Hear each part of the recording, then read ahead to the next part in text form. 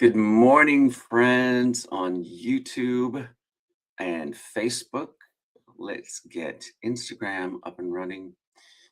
Instagram is its own thing, y'all. I don't know why the integration has to be so special. All right, now that we've got Instagram going, let's make sure it's there. Yes, it's there. All right. Hi, good morning, Instagram.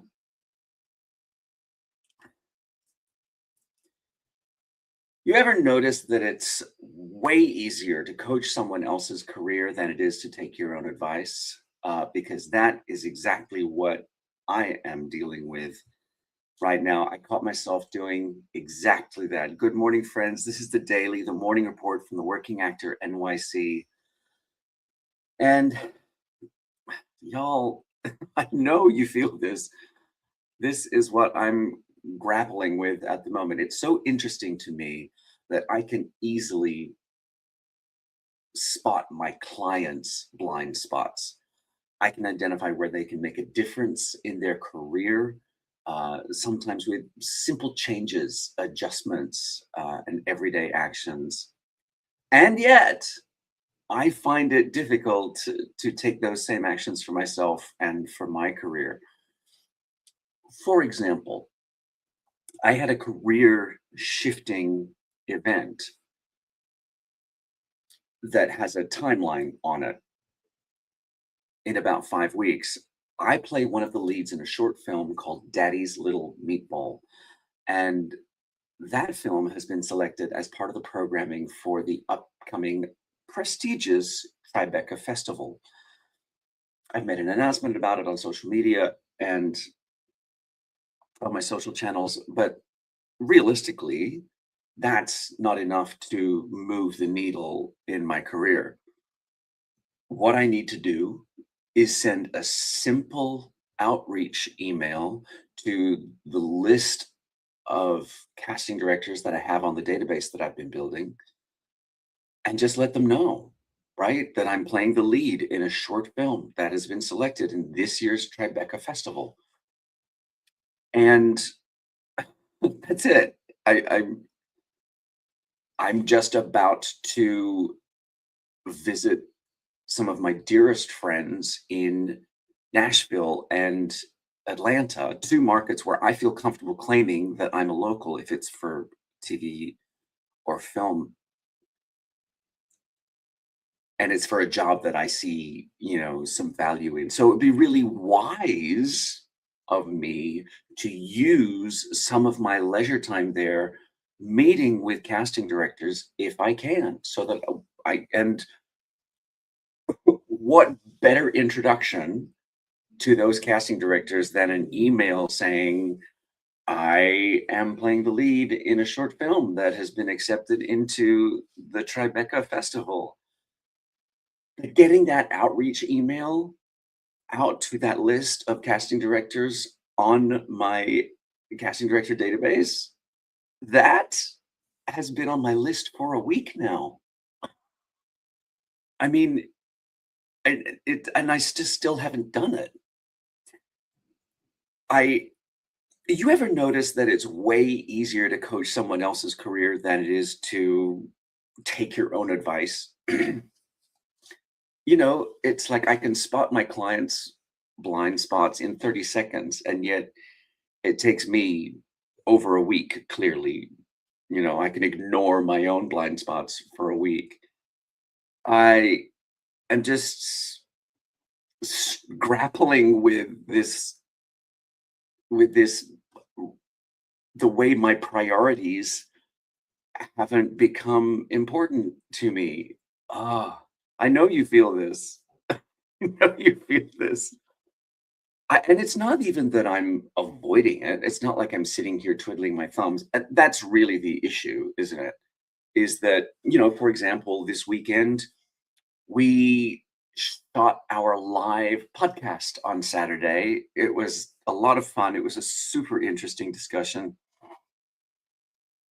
But I mean, that leads to hi, friends. This is the morning report from the Working Actor NYC. Thanks for joining me, whether you're on YouTube or Facebook or Instagram or over here on TikTok. Laura's here. Hi, Laura. Thanks for joining me again. Welcome, y'all. This is the daily, the morning report from the Working Actor NYC. Let me know where you are and what you're working on. Are you familiar with ATNYC by chance? Is that the Australian Theatre Festival NYC? Funny you should mention that. Let me know you if that's what you're talking about. ATNYC. AT could stand for a lot of things, so I'm not certainly sure. I'm not exactly sure which ATNYC you're talking about, but let me know. Actors Theatre in New York City. Filming another commercial tomorrow? Okay, let's just give it up for Laura. You follow her on TikTok, a funny mom on TikTok, who is shooting another commercial tomorrow. Is this one also in? Wait, the other one was in Austin, wasn't it? Uh, um, that's fantastic, Laura. I'm so thrilled for you. See, Laura's headshot is fire, and I'm telling you, yep, get it, Austin. You're killing it. You are killing it, Laura. And that headshot of yours, it's such a great. Y'all get those materials working for you, like Laura's are for her, because that is when the bookings roll in. It's when casting directors look at your headshot and they say, "I know what to do with you." And I really am so thrilled because I first met Laura when I was doing a live format called Fix My Headshot Live, and Laura had sent hers in, and immediately you could just look at this shot that she has and go, "Oh, I would buy toothpaste from that person." It's a great commercial shot, and the proof is there. That's the proof. I want to know more about Actors Theatre of NYC because I feel as though that's a similar name to uh, Actors is a multidisciplinary acting company developing and producing original work, storytelling New York City at the Soho Playhouse. Okay, it's not what I was thinking of. So no, the answer is I don't know Actors Theatre of New York City. I was thinking of the American Theatre of Actors, which is different, which has been around for a very, very long time. Um, and then there's Actors Temple. Yeah. Okay. Cool. So no, I'm not familiar with that one. Is that a company that you work for, or is that Yun? Is that a company that you work for, or is that uh, some I had the wonderful privilege of working with them on some virtual events in virtual reality. Virtual events in virtual reality. It's a fascinating new area, right? So I think uh, I'd be interested to hear if you make a difference between virtual reality and augmented reality, because I think as AI becomes a bigger part of our lives, it's what is going to become more important to all of us, and this is what we're all talking about right now, is in-person events, analog events. But it's fascinating to see how augmented reality is going to play nicely with that. Um, yeah, it's a fascinating intersection. Yun says, I've been working in VR as a senior event producer for over 11 years. Cool, get it, Yun. Well, I hope that in your virtual reality space there is room for actors. Because we have a whole community of them here. Hey friends, thanks for joining me. This is the daily, the morning report from the Working Actor NYC. So we've got tons of room, tons. That's great to hear. I do feel like it's sort of I'm doing some. You'll see some content coming. Okay. So here's what's happening. I'm going on vacation, so the daily won't be here every day this week, unless I can find a convenient spot in my friends' homes, or it. It's so what I'm trying to do is get ahead on making some content so that I'm still, sticking to my content schedule while I'm on vacation. And so one of the things that I've been sort of getting into is this whole space of uh, how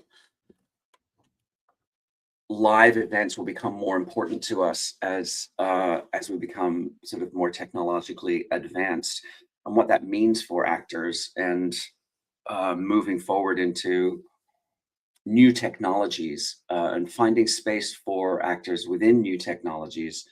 And uh, it's like there's clearly going to be a seismic shift in the way we produce, distribute, and consume entertainment. And it's interesting to sort of analyze those things now, but I don't pretend to be an expert in those things. It's something I'm aware of and trying to keep up in touch with. So maybe Yun can keep us posted on how actors can uh, can help themselves in these new technologies. Let us know. Send me a video, or send me a video, Yun, or send me or link us all to your content so that we can get ourselves educated about how we can move into these new entertainment spaces. Today, so apart from getting a goddamn outreach email out to my casting director database to publicize Daddy's Little Meatball, the short film that I'm one of the leads in, that's going to be part of the Tribeca Festival, and getting sure. I just got back to the house. Let me get on PC and I'll shoot some stuff over. That would be awesome, yeah, and I can't wait to share it with people. Um, that would be really cool. That's super interesting. Thank you for joining in. I'd love to hear what you're working on, and how we can get educated about it. Um, but yeah, apart from that, I am also today going into the studio to record some demo material for a new musical that a buddy of mine is working on. Super excited about that. Um, I mean, this is the thing with having things on your list, is that they just join join with all the other things you have to do. Like I say, I'm trying to get ahead on content. We had a busy weekend we shot the live podcast, so I had to prepare all of that material, all of that content for distribution this morning. At 8 a.m., which so hopefully it's all up and running. If you would like to see the latest podcast, if you missed the live and you want to see the recording, hit up our YouTube channel. You can find it over there, Office Hours in the Green Room. This weekend, we were talking about, oh, do you need to be selfish to be successful as an actor? It was a super interesting discussion because there's a lot of nuance to it.